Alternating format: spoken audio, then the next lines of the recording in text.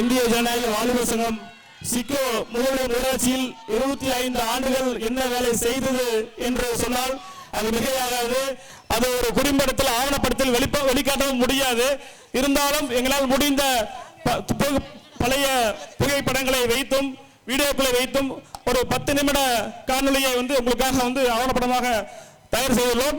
அதை பெற்றுக்கொள்கிறோம். விழா ஒருங்கிணைப்பாளர்கள் பெற்றுக்கொள்கிறார்கள்.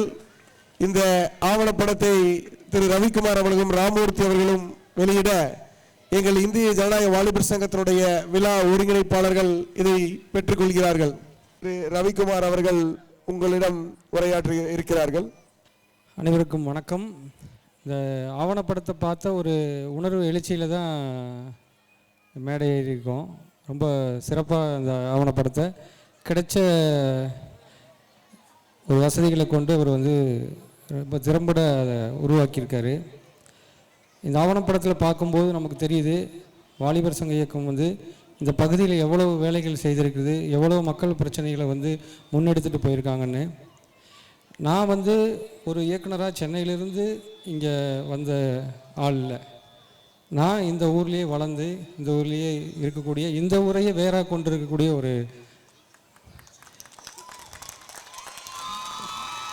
இன்னொன்று என்ன வளர்த்த இயக்கம், எனக்கு என்னுடைய ஒரு அரசியல் புரிதல் எனக்கு ஏற்படுத்தின இயக்கம், என்னுடைய அடுத்த கட்ட பாதைகளுக்கு தெளிவு கொடுத்த இயக்கம்னா அது வாலிபர் சங்க இயக்கம் தான், இடதுசாரி இயக்கம் தான். ஏன்னா நம்ம என்ன வேணால் செய்யலாம், ஆனால் என்ன செய்ய போகிறோங்கிறத ஒரு கொள்கை நம்ம மனதுக்குள் இல்லாமல், ஒரு கோட்பாடு இல்லாமல் நம்மளால் நிகழ்த்த முடியாது. அந்த கோட்பாடை ஒரு இளமை காலத்திலிருந்தே எனக்கு திறம்பட என்னை வழி நடத்திட்டு போனவங்க தோழர்கள் தான். நான் மட்டும் இல்லை, என்னுடைய அப்பா ராஜேந்திரன் குமரானந்தபுரம் பகுதியில் அவருடைய இளமை காலத்தில் கிட்டத்தட்ட 22 வயதுகள் இருக்கும்போது இருந்தே அவர் வாலிபர் சங்கத்தில் தன்னை இணைச்சிக்கிட்டு, கட்சியில் தன்னை இணைச்சிக்கிட்டு தொடர்ச்சியாக இயங்கிக்கிட்டு இருந்த ஒரு பனியன் தொழிலாளி.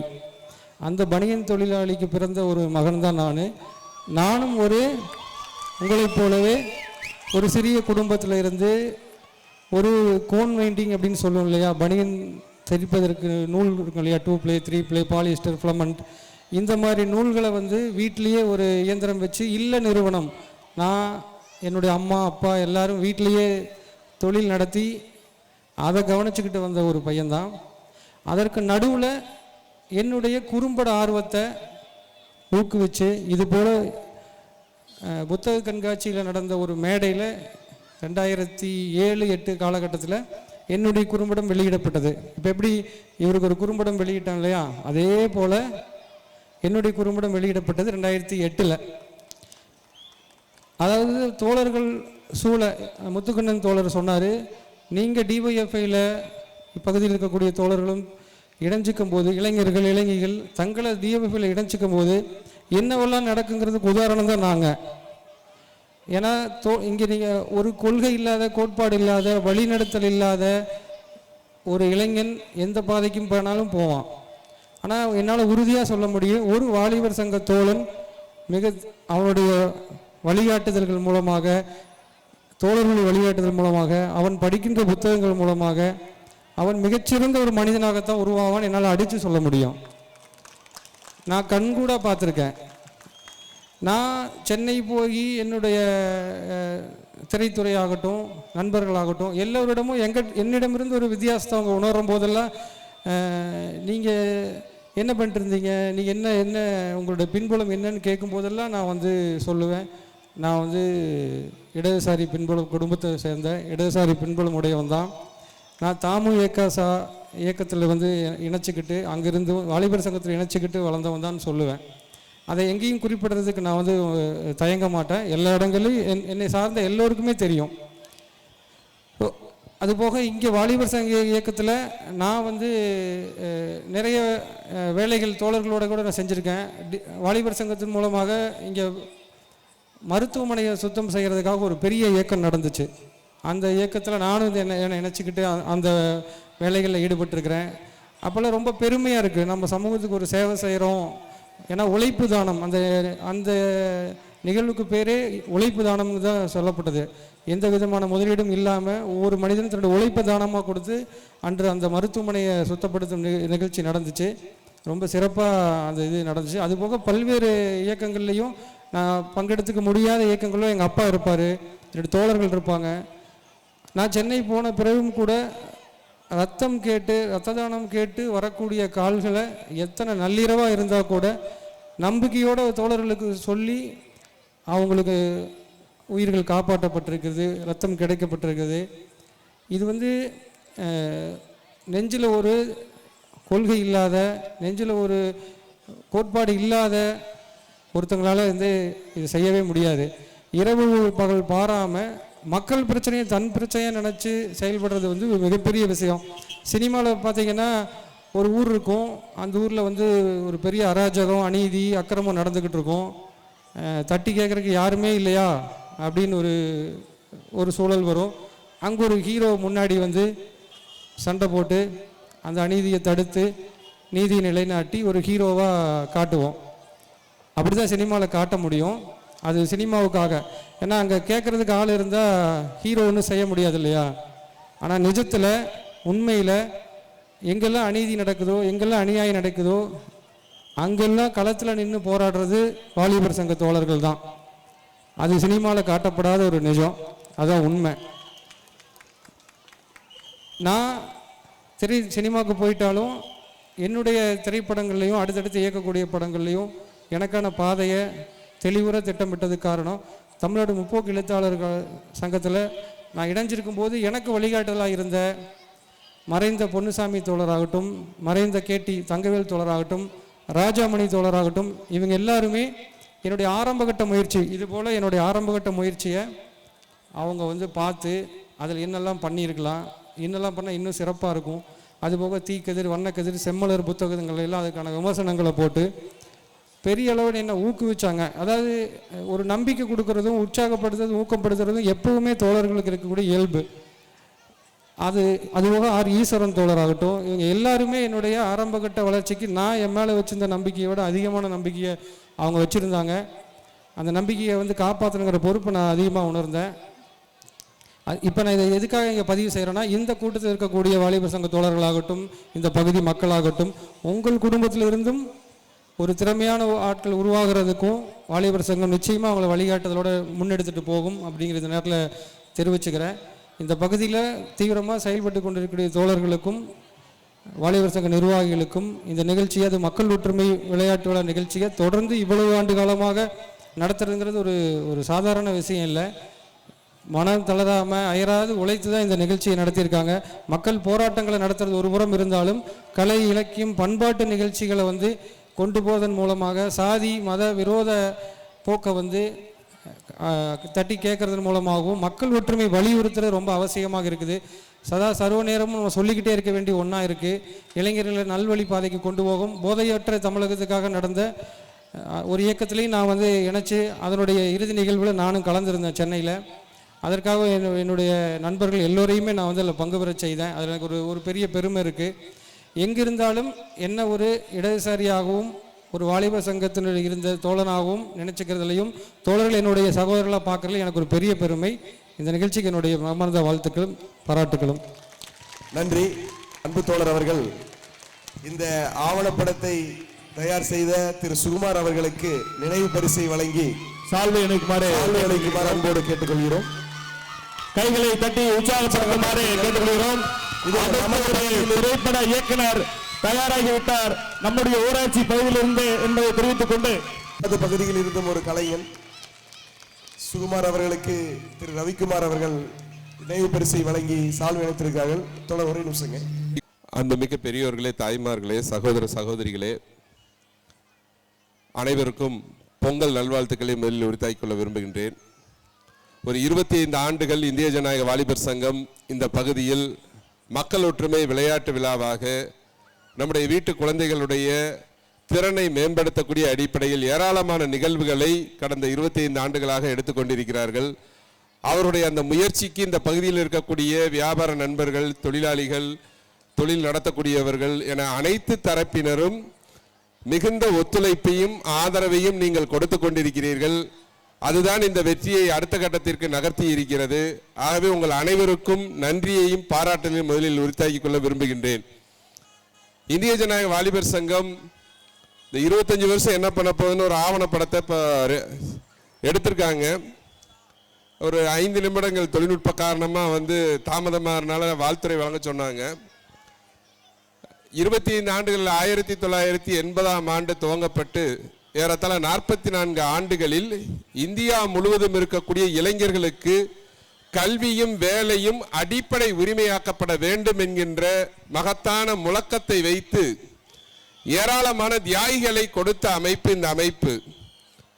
இந்தியாவினுடைய ஒற்றுமைக்காக பஞ்சாபிலே துவங்கி அஸ்ஸாம் வரை இருக்கக்கூடிய பல்வேறு பகுதிகளில் தீவிரவாதிகள் இந்தியாவை பிளவுபடுத்த வேண்டும், இந்தியாவை துண்டாட வேண்டும் என்று சொல்லி காலிஸ்தான் என்று அஸ்ஸாமிலே பல பகுதிகளை போடலாம் என்று பிரிக்க வேண்டும் என்று சொன்ன போது அதற்கு எதிராக தோழர் உத்தம் சிங், தோழர் சோகன் சிங் தேசி, தோழர் நிரஞ்சன் தார் இவங்களை போன்றவர்கள் துப்பாக்கிகளால் சுட்டு கொல்லப்பட்டும் அரிவாள்களால் பல துண்டுகளாக வெட்டப்பட்ட போதும் கூட தங்களுடைய கடைசி சொட்டு ரத்தம் இந்தியாவில் இருக்கும் வரை இந்தியாவை பிரிப்பதற்கு அனுமதிக்க மாட்டோம் என்று இந்தியாவை பாதுகாத்த அமைப்பு இந்திய ஜனநாயக வாலிபர் சங்கம். அந்த பெருமையோடு தான் இங்கே செல்ஃபி கார்னரை கூட வைத்திருக்கின்றார்கள், மதச்சார்பற்ற இந்தியாவை பாதுகாப்பது என்று. தமிழ்நாட்டில் மட்டும் டிஒய்எஃப்ஐ 1987ஆம் ஆண்டு துவங்கி இன்றைக்கு வரை ஏறத்தாழ லட்சக்கணக்கான மக்களை ரத்தம் கொடுத்து குருதி கொடுத்து தினந்தோறும் காப்பாற்றி கொண்டிருக்கின்றது. சாமானியப்பட்ட ஏழை எளிய மக்களுடைய குடும்பங்களில் இருக்கக்கூடிய குழந்தைகளினுடைய கல்வி கண்ணை திறப்பதற்கு இன்றைக்கும் தமிழ்நாட்டில் பல ஆயிரக்கணக்கான மையங்களில் இரவு பள்ளிகள் என்று வாலிபர் சங்கத்துடைய அலுவலகங்களில் நடத்தி கொண்டிருக்கின்றார்கள், இரவு பாடசாலைகளை. அது மட்டுமல்ல, இன்றைக்கு குழந்தைகளை இளைஞர்களை இன்னும் பல பிரிவினரை அச்சுறுத்தி கொண்டிருக்கக்கூடிய தவறான நடவடிக்கையை நோக்கி தள்ளி கொண்டிருக்கக்கூடிய போதை கலாச்சாரத்திற்கு எதிராக ஒட்டுமொத்த தமிழ்நாட்டை கடந்த 2024ஆம் ஆண்டு ஜனவரி மாதம் துவங்கி செப்டம்பர் மாதம் வரை 9 மாதங்கள் ஒட்டுமொத்த தமிழ்நாட்டினுடைய திரைத்துறையிலே துவங்கி அரசு அதிகாரிகள் வரை தமிழ்நாட்டினுடைய துணை முதல்வர் மரியாதைக்குரிய உதயநிதி ஸ்டாலின் அவர்கள் இறுதி நிகழ்விலே கலந்து கொண்டு போதைக்கு எதிராக 1 கோடி கையெழுத்து இயக்கத்தை நடத்திய இயக்கம் இந்திய ஜனநாயக வாலிபர் சங்கம். இது எல்லாம் சேவை சார்ந்து மக்களை பாதுகாப்பதற்கு, தேசத்தை பாதுகாப்பதற்கு. அது மட்டுமல்ல, குடிநீர் பிரச்சனையிலே இருந்து, சாலைகளிலே இருந்து, தெருவிளக்கிலே இருந்து, கொரோனா காலத்திலே நிறுத்தப்பட்ட பேருந்துகளை இயக்க வேண்டிய கட்டாயம் வரை இன்றைக்கு வீடில்லாதவர்களுக்கு வீடு கேட்டு, வீட்டுமனை பட்டா கேட்டு, ஓஏபி பென்ஷனிலே முதியவர்களுக்கு பென்ஷன் வரவில்லை என்று சொன்னால் தாலுகா அலுவலகத்திலே போய் பெட்டிஷன் கொடுத்தால் கிடைக்கிறதோ இல்லையோ, இந்திய ஜனநாயக வாலிபர் சங்கத்துடைய அலுவலகத்திலே அந்த மனுவை கொடுத்தால் பெற்றுக் கொடுப்பதற்கான போராட்டத்தை நடத்தி வாங்கி கொடுக்க முடியும் என்கின்ற நம்பிக்கையை தமிழ்நாட்டில் விதைத்த இயக்கம் இந்திய ஜனநாயக வாலிபர் சங்கம். ஒரு காலத்தில் இந்தியாவில் இருக்கக்கூடிய சாதி வெறியர்களுக்கு எதிராக, மத வெறியர்களுக்கு எதிராக, தீண்டாமை கொடுமைக்கு எதிராக, பிளவுவாத சக்திகளுக்கு எதிராக, மக்களுக்கு விரோதமாக இருக்கக்கூடிய சமூக விரோதிகளுக்கு எதிராக இந்திய ஜனநாயக வாலிபர் சங்கம் போராடிய காரணத்தினால் இந்தியாவினுடைய துணை பிரதமராக இருந்த அன்றைக்கு இருந்த மரியாதைக்குரிய எல்கே அத்வானி அவர்கள் சொன்னார், டிஒய்எஃப்ஐ என்று சொல்லக்கூடிய ஆங்கிலத்திலே democratic youth federation of India என்று அழைக்கின்றோம், இந்திய ஜனநாயக வாலிபர் சங்கம். அத்வானி சொன்னார், அது டிஒய்எஃப்ஐ அல்ல, அது danger youth federation of India என்று டிஒய்எஃப்ஐ பார்த்து சொன்னார். எதற்காக சொன்னார் என்று சொன்னால், சாதி வெறியர்களுக்கு அபாயத்தை கொடுக்கக்கூடிய, மத வெறியர்களுக்கு எதிராக அபாயத்தை கொடுக்கக்கூடிய, இந்தியாவுடைய ஒற்றுமைக்கு எதிராக இருக்கக்கூடிய பிளவுவாத சக்திகளுக்கு அபாயத்தை கொடுக்கக்கூடிய ஒரு சக்தி மிக்க இளைஞர் அமைப்பாக இந்திய ஜனநாயக வாலிபர் சங்கம் இந்திய நாடு முழுவதும் பயணித்துக் கொண்டிருக்கிறது, வளர்ந்து கொண்டிருக்கிறது. கோடிக்கணக்கான இளைஞர்களை தன்னகத்தை கொண்டிருக்கக்கூடிய அமைப்பு. அத்தகைய அமைப்பினுடைய அந்த அமைப்பிலே துளிகளாக இருந்து வளர்ந்த எங்களுடைய மகத்தான தோழர்கள் இன்றைக்கு தமிழ்நாட்டினுடைய திரைப்படத்துறையினுடைய மிக முக்கிய புள்ளிகளாக இங்கே வந்து அமர்ந்திருக்கக்கூடிய மரியாதைக்குரிய இயக்குனர் ரவிக்குமார் அவர்களும் மரியாதைக்குரிய கோ ராமமூர்த்தி அவர்களை போன்ற ஏராளமான படைப்பாளிகளை தமிழ் திரையுலகத்திற்கும் கொடுத்த அமைப்பாக இந்திய ஜனநாயக வாலிபர் சங்கம் DYFI உறுப்பினராக நீங்கள் இணைத்து விட்டால் நாங்கள் ஒரு உத்தரவாதத்தை உறுதியாக கொடுக்கிறோம்.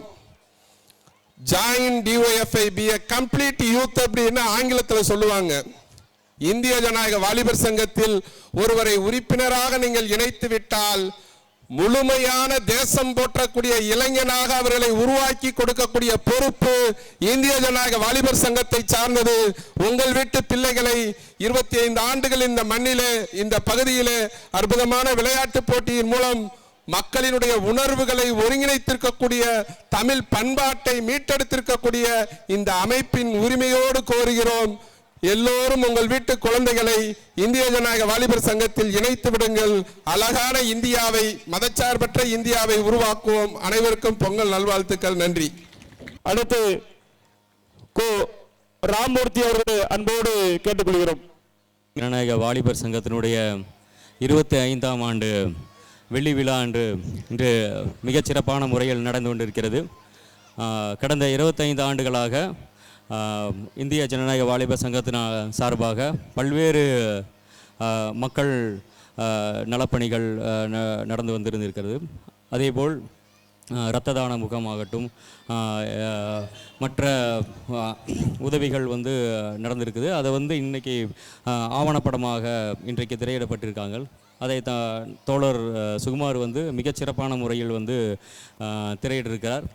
அது மட்டும் இல்லாமல் ஒரு ஆவணப்படம் இந்த மாதிரியான உண்மை பதிவுகளை தொடர்ந்து பண்ணுறது மூலம் இன்றைக்கி இருக்கிற மக்களுக்கு கடந்த 25 ஆண்டுகள் ஆகட்டும், இதற்கு முன்பு கிட்டத்தட்ட டைஃபி தொடங்கி இன்றைக்கி 40 ஆண்டுகளுக்கு மேலே ஆகுது. அது இன்றைக்கி பல்வேறு பகுதிகளில் தமிழ்நாடு முழுக்க வெவ்வேறு நிலைகளில் தொடர்ந்து மக்களுக்கான களத்தில் அவங்களுக்கு போராடிக்கிட்டு இருக்காங்க. அந்த வகையில் இன்றைக்கு ஆவணம் முதலாக ஆவணப்படமாக ஆக்கப்பட்டிருக்குது. இது தொடர்ந்து வெவ்வேறு வகையில் இது விரிவுபடுத்தி ஒரு மிகப்பெரிய ஒரு பதிவு செய்ய வேண்டிய ஒரு தேவை இன்றைக்கு உருவாகி இருக்கிறது.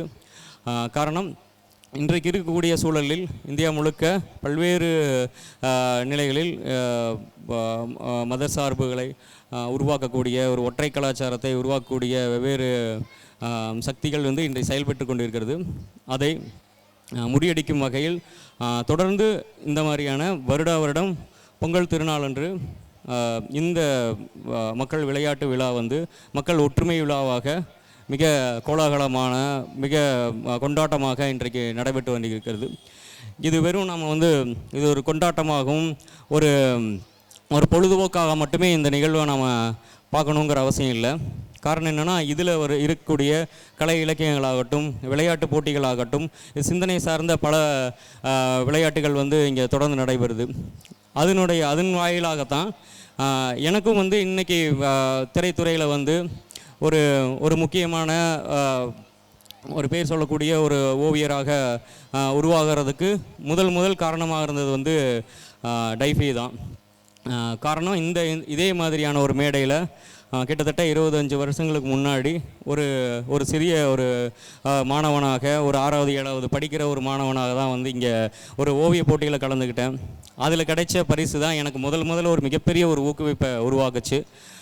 என்னுடைய அப்பா இங்கே மார்க்சிஸ்ட் கம்யூனிஸ்ட் கட்சியில் கிட்டத்தட்ட ஒரு 50 ஆண்டுகளுக்கு மேலாக ஒரு நிர்வாகியாக அவங்க பொறுப்பேற்று செயல்பட்டு வருகிறார். ஸோ அவருடைய வழிகாட்டுதலும் அதே மாதிரி ஒரு கலை இலக்கியம் அப்படிங்கிறது இன்றைக்கி சமூகத்தில் எந்த அளவுக்கு ஒரு முக்கிய பங்கை ஆற்றுறதுங்கிறது எல்லாத்துக்குமே தெரியும். காரணம் என்னென்னா, ஒரு கலை இலக்கியம் என்ன மாதிரியான மக்களிடம் என்ன மாதிரியான ஒரு படைப்புகளை முன்வைக்குதோ அந்த படைப்புகள் வழியாக தான் மக்களுடைய சிந்தனைகள் போக்கு மாறும். அது நல்ல ஒரு படைப்புகளை முன்வைக்கும் போது நல்ல சிந்தனைகளுக்கான முன்னெடுப்பு தொடர்ந்து நடக்கும். அதே சமயம் மோசமான ஒரு வன்முறையை தூண்டிவிடக்கூடிய அளவுக்கு, இல்லை ஒரு அடிப்படைவாதத்தை தூண்டிவிடுற அளவுக்கான ஒரு படைப்புகளை முன்வைக்கும் போது அதுவுமே வந்து சமூகத்தில் வந்து பிரதிபலிக்கும். ஆனால் அதையே வந்து முறையாக சரியான கலைனா எது, அதை வந்து எப்படி நம்ம வந்து சரியான முறையில் வந்து வெளிப்படுத்தணும் அப்படிங்கிறத வந்து இங்கே ஜனநாயக வாலிபர் சங்கமாகட்டும் இடதுசாரி எல்லா அமைப்புகள் வந்து தொடர்ந்து அதை வந்து வலியுறுத்தி அதை வந்து களத்தில் வந்து செயல்படுத்திக்கிட்டும் வராங்க. அந்த வகையில் அப்படி செயல்பட்டு அதிலிருந்து உருவான ஒரு சாதாரண ஒரு ஓவியராக தான் நான் வந்து என்னை வந்து நான் முன்னிறுத்திக்கிறேன். அந்த அளவில் அந்த ஒரு ஓவியம் அப்படிங்கிறது வந்து உங்கள் எல்லாத்துக்குமே தெரியும். ஏன்னா முதல்ல வந்து ஒரு வீட்டில் வந்து ஒரு குழந்தை வந்து ஒரு செவுத்தில் வந்து ஒரு ஓவியம் வரையுது அப்படின்னா நாம் வந்து முதல்ல வந்து என்ன பண்ணுவோம், அதை வந்து பாராட்டுவோம். அதே சமயம் அதை வந்து ஒரு வாழ்க்கையினுடைய அடையாளமாக என்னுடைய அடையாளம் நான் வந்து ஒரு ஓவியராகும் அப்படிங்கும்போது எல்லா வீடுகளுமே வந்து வீடுகளில் இருக்கக்கூடிய பெற்றோர்கள் வந்து எல்லாத்தையும் இது பண்ண மாட்டாங்க, அதை வந்து என்கரேஜ் பண்ண மாட்டாங்க, அதை வந்து ஊக்குவிக்க மாட்டாங்க. காரணம் என்னென்னா அதுக்கு என்ன மாதிரியான எதிர்காலம் இருக்குது அப்படிங்கிறது வந்து ஒரு பெரிய கேள்விக்குறியாக இருக்கும். ஆனால் இன்றைக்கி வந்து ஓவியத்துறை வந்து ஒரு மிகப்பெரிய கிட்டத்தட்ட ஒரு அசுர வளர்ச்சி அடைஞ்சு கொண்டிருக்கக்கூடிய ஒரு பெரிய ஒரு துறையாக இன்றைக்கு வளர்ந்துட்டு இருக்குது. அதனால் இன்றைக்கி இருக்கக்கூடிய குழந்தைகளாகட்டும் எல்லாருமே வந்து உங்கள் வீட்டில் ஒருவேளை உங்களுடைய குழந்தைகள் வந்து ஓவியத்திறன் வந்து அதிகமாக இருக்குது அப்படிங்கிறது நீங்கள் உங்களால் கண்டுபிடிக்க முடிஞ்சது அப்படின்னா அவங்கள தொடர்ந்து ஊக்குவிங்க. அது வந்து மிகப்பெரிய அளவுக்கான இன்னைக்கு இருக்கக்கூடிய ஒரு நுகர்வு கலாச்சாரத்தில் தொடர்ந்து நம்ம வந்து வெவ்வேறு பொழுதுபோக்கு அம்சங்கள்னால ஈர்க்கப்பட்டு ஒரு முடமான ஒரு இதிலிருந்து தான் ஒரு பொழுதுபோக்குக்குள்ளே தான் நம்ம போயிட்டுருக்குறோம். அதை மாற்ற வகையில் ஒரு முக்கியமான ஒரு கலைஞனாக உருவாகிறதுக்கான வாய்ப்புகள் வந்து இங்கே இருக்கிற எல்லா வீட்டில் இருக்கக்கூடிய குழந்தைகளுக்குமே வந்து அது இருக்குது. அதை வந்து தொடர்ந்து வந்து இன்றைக்கி இந்திய ஜனநாயக வாலிபர் சங்கம் வந்து தொடர்ந்து பண்ணிகிட்டு இருக்கு. அதை வந்து இன்னும் நம்ம வந்து அதை என்னால் என்ன அளவுக்கு வந்து பங்களிக்க முடியுமோ அதையும் நான் வந்து தொடர்ந்து பண்ணுவேன் அப்படிங்கிறதையும் இங்கே நான் வந்து பதிவு செய்கிறேன். அது மட்டும் இல்லாமல் இங்கே நிகழ்வுக்கு வந்திருக்க அனைத்து தோழர்களுக்கும் மற்றும் இந்த நிகழ்வை வந்து ஒருங்கிணைச்சு சிறப்பான முறையில் செய்து கொண்டு இருக்கக்கூடிய இந்த சிட்கோ தோழர்களுக்கும் அனைவருக்கும் என்னுடைய வாழ்த்துக்களையும் நன்றிகளையும் தெரிவித்துக் கொள்கிறேன்.